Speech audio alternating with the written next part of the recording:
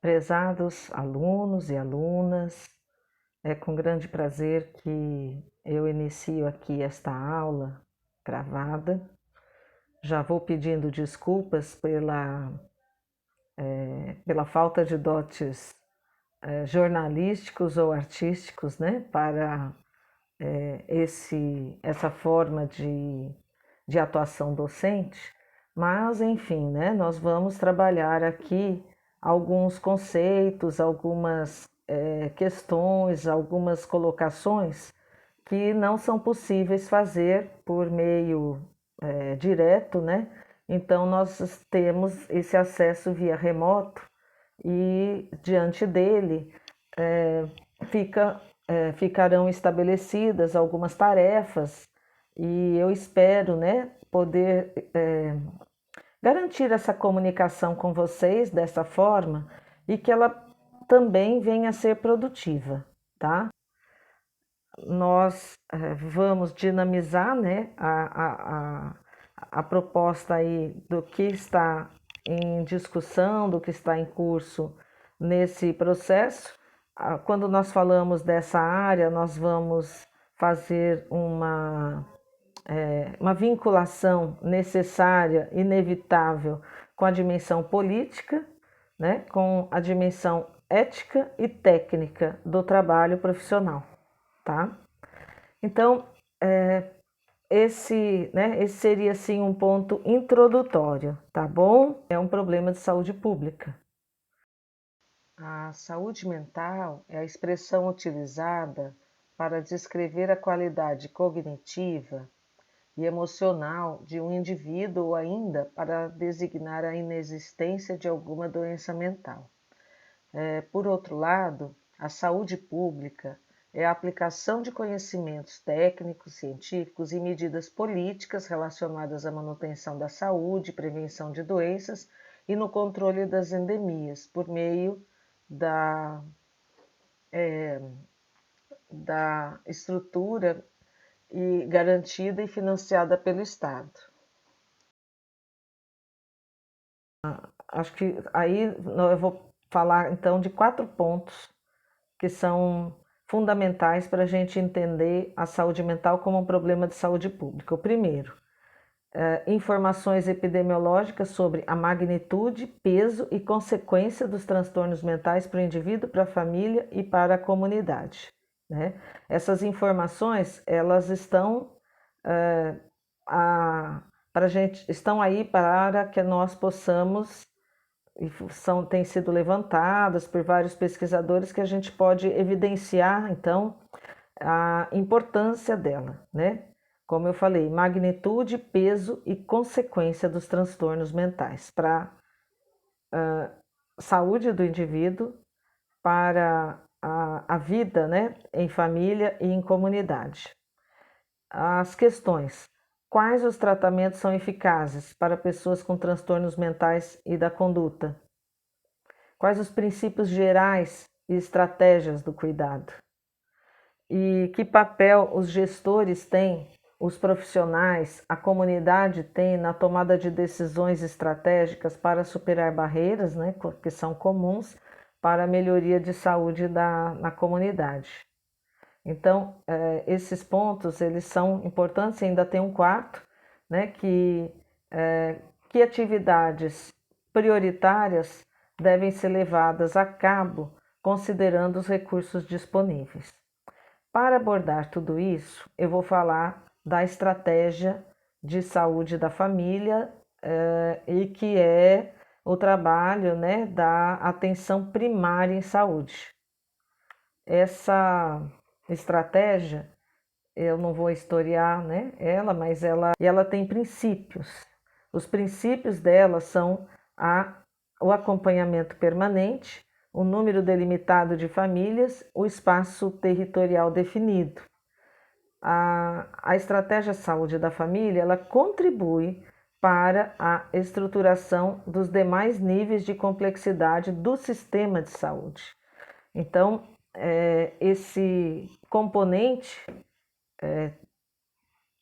da atenção básica, ele é parte, né, de todo um sistema de de saúde do país e, no nosso caso, o Sistema Único de Saúde, ele se serve, né, da atenção básica como eu vou dizer assim, um protetor do contexto aí da saúde, né, um protetor, uma barreira protetora do agravamento da condição de saúde da população. Para os profissionais de saúde e famílias, né, que estão interagindo nessa estratégia de saúde da família, que é uma estratégia, né, que proporciona aquele acompanhamento permanente, como eu falei, um número delimitado de famílias, um espaço territorial definido, vai se conduzir o trabalho a partir de compromissos, corresponsabilidade. Isso implica em vínculos estabelecidos, acesso a todos os níveis de assistência, né? Quer dizer, propiciar o acesso a todos os níveis de assistência e ele se insere num contexto que implica num papel profissional, seja do médico, seja do enfermeiro, seja do psicólogo, que visa o cuidado integral. O olhar para o sujeito é o olhar para o sujeito da onde ele está, como ele está e em que condições ele se encontra, né? Então, são novos modos de oferecer atenção a esses sujeitos, tá? Falando um pouco da realidade do Tocantins, aqui no estado, nós temos 139 municípios. Desses 139 municípios, 80 deles, né, que representa 57, quase 60%, 80 desses 139 são municípios pequenos, menos de 5 mil habitantes. 48 municípios têm entre 5 e 20 mil habitantes, o que também eu considero pequeno, né? E municípios grandes para o Tocantins, grandes são municípios de mais de 20 mil habitantes. Sabem quantos municípios têm mais de 20 mil habitantes? 11. Apenas 11 municípios com mais de 20 mil habitantes. Então, num estado com esta configuração, em que menos de 10% dos municípios contém mais de 20 mil habitantes, a gente vai ver ordenamento com gestões públicas, né, secretários de saúde. Imagina que cada município, pequeno, médio ou grande, dispõe de um sistema próprio de saúde, municipalizado, ele tem referências em outras instâncias que não são municipalizadas, e esse contexto, né, ele está inserido aí com uma população usuária do SUS no Tocantins que é de mais de 95%. Em dados de 2012, eu não tenho dados atualizados, não tive tempo aí de procurar, nós tínhamos 96,7% da população tocantinense usuária do SUS, tá? Então, o serviço público de saúde, ele é majoritário para oferecer atenção à saúde da população. E nesse contexto, né, de serviço majoritário, a atenção básica é, por muitas vezes, o único contato que a população tem com o sistema de saúde, tá? É assim que, né, que a gente tem, que assim, tem visto, né, essa estruturação. A atenção básica, ela articula as ações que são de promoção, prevenção, cura e reabilitação, o que exige a composição e a articulação dos diversos saberes e práticas interdisciplinares. falei aqui, promoção, prevenção, tratamento, né? E reabilitação. A promoção de saúde diz respeito a manter-se saudável e sem vinculação a qualquer, né, doença em particular. A prevenção, a gente tem em vista algum tipo de ameaça, precisamos realizar várias medidas para que a gente possa se manter sem a doença, ou que a gente não tenha o contágio, né, desse vírus. O tratamento, que são, né, todo um sistema, isso vai exigir aí todo um sistema organizado, hierarquizado de atenção à saúde, a gente vai geralmente nomear aí como serviços de atenção à saúde, e temos também a dimensão da reabilitação, que é após o tratamento, após fases do tratamento, temos a articulação, então, da recuperação do sujeito, né, que diz respeito à reabilitação.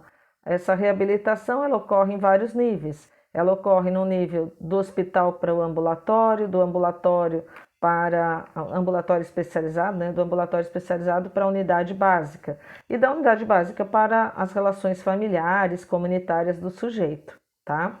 As práticas, né, na atenção básica, especificamente, elas vão ter em vista a responsabilização microsanitária. A gente chama aí de microsanitária um espaço territorial onde se organizam várias ações e que se dispõe de unidades de saúde, né? E nessas unidades de saúde se pressupõe a organização dos processos de trabalho e os espaços de atenção como construção de redes de cuidados. A responsabilização, ela é muito problemática por conta aí da nossa história, né? A história mostra o quê? Que os serviços de saúde, eles estavam projetados em determinados locais e na medida em que havia o agravo à saúde da população, ela ia buscar esse serviço. Se ela tivesse acesso, atendida. Se ela não tivesse acesso, só Deus sabe, né? Como é que ela lidava com os seus problemas de saúde. Então, essa lógica do cuidado, que é do estabelecimento ser colocado num determinado espaço e a população chegar no estabelecimento, ela se modifica, ela se revoluciona com o Sistema Único de Saúde e com a estratégia Saúde da Família. Porque essa estratégia, ela tem base de território. Então, o usuário é aquele que se situa, que mora, que habita o território de abrangência da unidade. Então, a unidade, necessariamente, ela precisa adquirir um papel ativo e não de espera, né? Esse papel ativo, ele se estrutura com vários profissionais, com uma organização interna dos serviços e também com definições intra e extra unidades, né, do sistema em geral municipal de atenção à saúde, de vigilância e de promoção da saúde, tá? O Ministério da Saúde, ele pressupõe politicamente determinadas estruturas para compor esse sistema. E nós tivemos algumas modificações recentemente com as mudanças governamentais, tá? Eu não vou falar especificamente delas, mas eu vou falar que a estrutura que envolve as unidades básicas de saúde, ela está vinculada a uma secretaria do Ministério da Saúde, chamada Secretaria da Atenção Primária. Nessa Secretaria da Atenção Primária, existem 3 departamentos: o Departamento de Saúde da Família, o Departamento de Ações Programáticas Estratégicas e o Departamento de Promoção da Saúde. Então, daí a gente já vê que há uma proposta, uma perspectiva da atenção primária que envolve o saúde da família com os seus devidos elementos, né? O outro departamento da atenção primária, ele diz respeito às ações programáticas estratégicas. E aí a gente vai encontrar duas linhas de assessoria dessas ações estratégicas. Uma delas é a coordenação geral dos ciclos de vida e a outra é a coordenação geral de saúde mental, álcool e drogas. Na parte, né, de estratégica de ciclos de vida, nós vamos ter saúde da criança, saúde do homem, saúde da mulher, saúde dos adolescentes e jovens e saúde dos idosos. Basicamente, é definido por condição de desenvolvimento, né, dos ciclos de vida e também demandas, né? Então, separa ali homem, mulher, criança, aleitamento e adolescentes e jovens e idosos. E o outro, né, adendo, né, a outra estrutura do Departamento de Ações Estratégicas são, como eu falei, a saúde mental e álcool e drogas, tá bom? Bom, com tudo isso, né, que é o que eu vou chamar assim a superestrutura para que a gente possa entender o sistema de saúde, para que a gente possa entender aonde é que entra especificamente o que nos diz respeito, que é a saúde mental, né, álcool e outras drogas. Então, ela é parte de ações programáticas estratégicas, assim como outras que também estão presentes na atenção básica, saúde da criança, do idoso, né, adolescentes e jovens, etc. Isso é o quê? Para se pensar políticas, né, que são voltadas a essa área, tá? Então, a equipe, ela tem papel de promoção de saúde, ela tem papel de estratégias, né?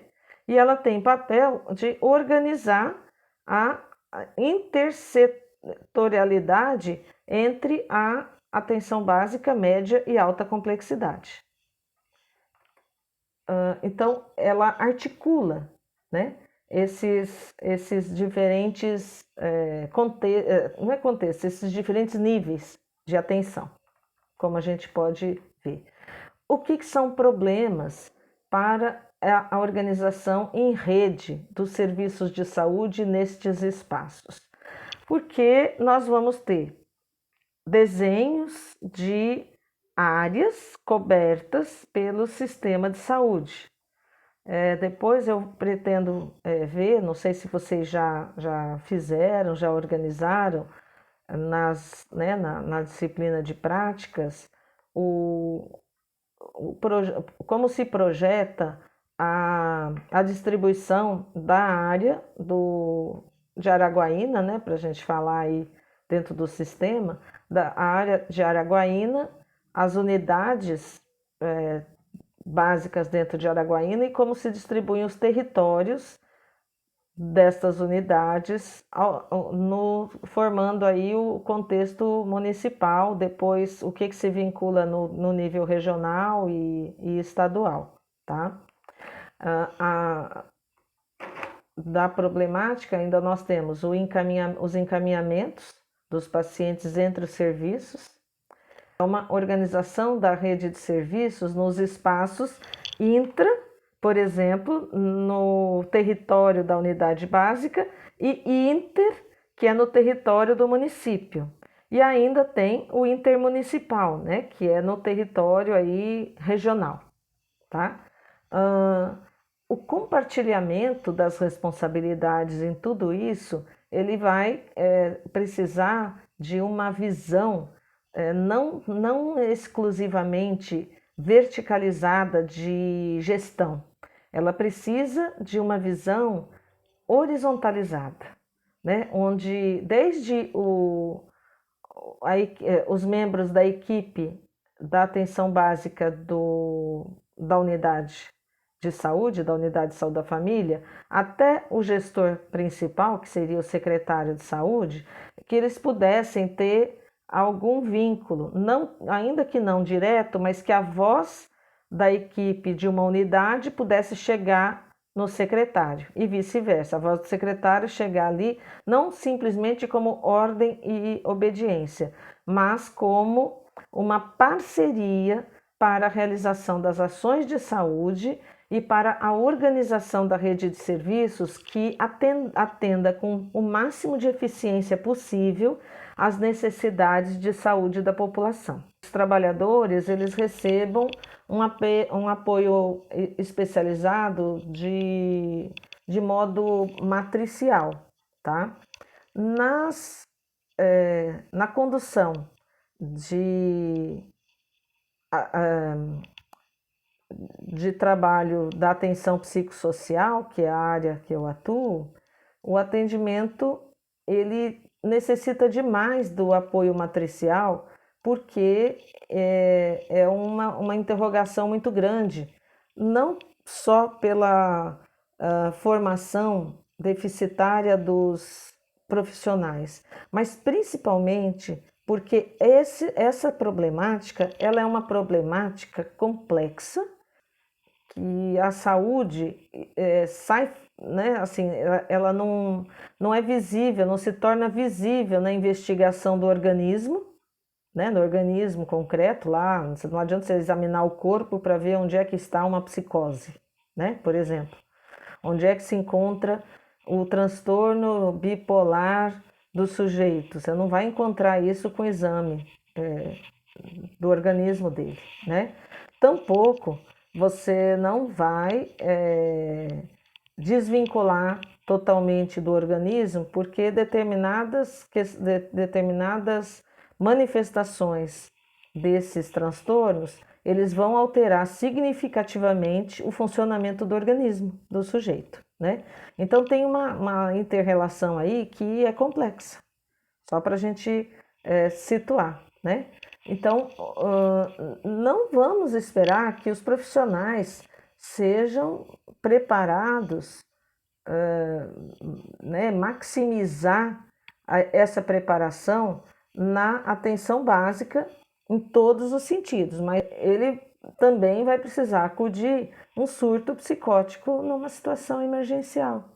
E ele precisa saber o que fazer ali, ter minimamente uma organização do seu processo de conhecimento, ou então apoio, ou saber onde buscar apoio para receber aquela orientação, e vice-versa para outras situações, né, de saúde que acometem a população do território, tá? Então, tudo que diz respeito à promoção, prevenção, tratamento e reabilitação no território é ação da equipe de atenção básica, né?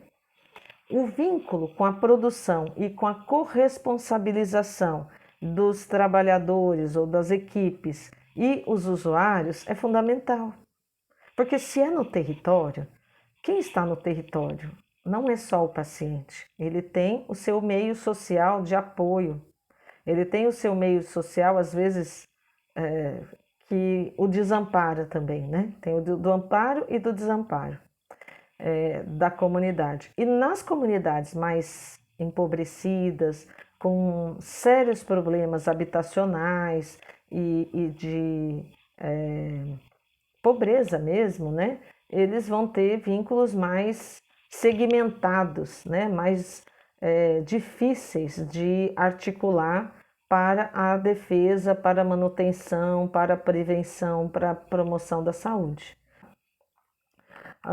Para, né, fechar aqui essa pequena parte, o trabalho em equipe ele tem a potência de contribuir para o crescimento dos profissionais entre si, tanto com o conhecimento como com a prática de saúde.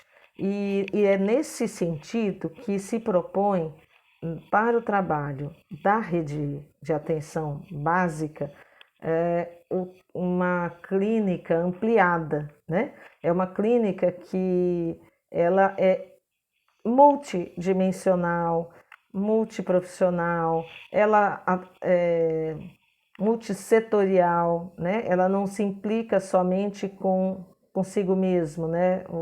Seja o médico, seja o enfermeiro, seja o odontólogo, seja o agente de saúde, o psicólogo, o assistente social. Há um movimento de coprodução, cogestão do processo terapêutico.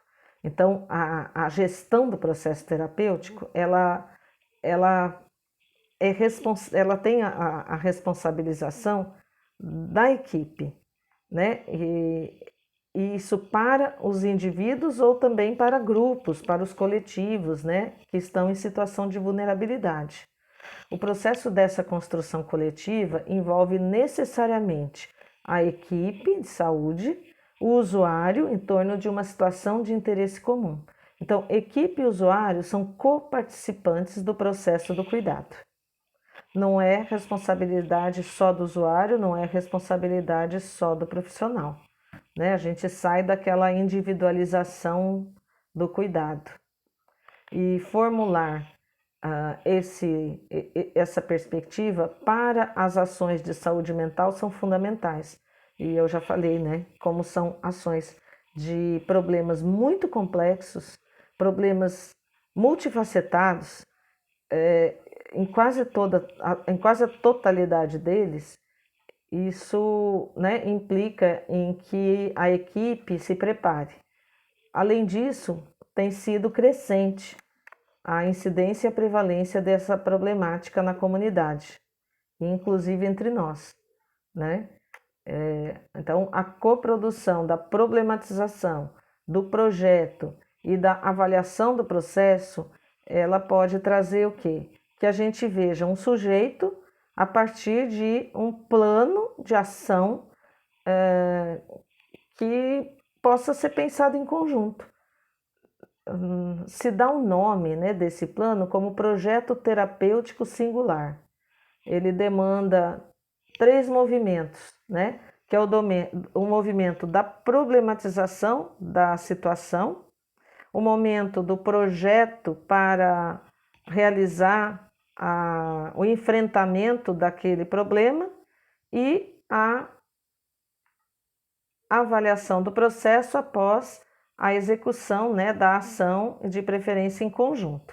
Ela não é muito diferente dos desafios que vocês têm e que sai daquele produtivismo, né? Por isso que eu acho muito, assim, sensível.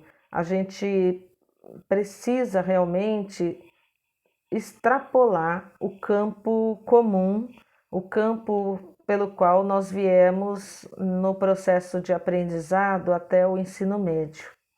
No processo de ações de saúde da rede básica, né? Que é um processo que é muito parecido com essa questão aí da problematização. Há uma racionalidade gerencial que não é na linha do produtivismo, tá? Atua, né, de forma a superar aquela linha de plano, realização, avaliação. E plano vindo de alguém de fora, realização por alguém que está lá fazendo andamento, e avaliação de um sistema de monitoramento, por exemplo, dividido em 3 partes. Aí, quem faz fica sendo aquela linha de produção, né? Não, nós temos que sair desse esquema de produtivismo para a atenção básica. Se o nosso elemento não é o sujeito em si, mas é a família, e a família está dentro de um contexto, a equipe, a unidade que se implica com essa família dentro do território que ela habita, precisa lançar um olhar todo diferenciado, né? E esse olhar diferenciado significa a ação de saúde que sai fora daquela linha, né, de pensamento de buscar a doença ou de aguardar o doente chegar para avaliar, medicar e não ter nenhum compromisso com ele. É o contrário. Saúde, doença, sofrimento, melhora, sucesso, fracasso, tudo isso faz parte desse contexto, né, que é desdobrado pela singularidade de cada caso. Cada caso, ele deve ser visto dentro do seu contexto. E isso só não se torna mais trabalhoso por conta de um trabalho de equipe, mas a gente ainda precisa vencer enormes desafios de gestão desse sistema. Eu fico pensando, né, em todos os municípios do entorno do Tocantins, dos 139 municípios, de todos os secretários municipais de saúde, de como eles estão, né, com a apropriação, se eles têm a apropriação destas dimensões todas que diz respeito à pasta que eles assumem, quando eles assumem. E nesse sentido, os profissionais, eles precisam dialogar o máximo possível com seus gestores para quebrar a linha de mando vertical e criar linhas de construção de ações de saúde, tá?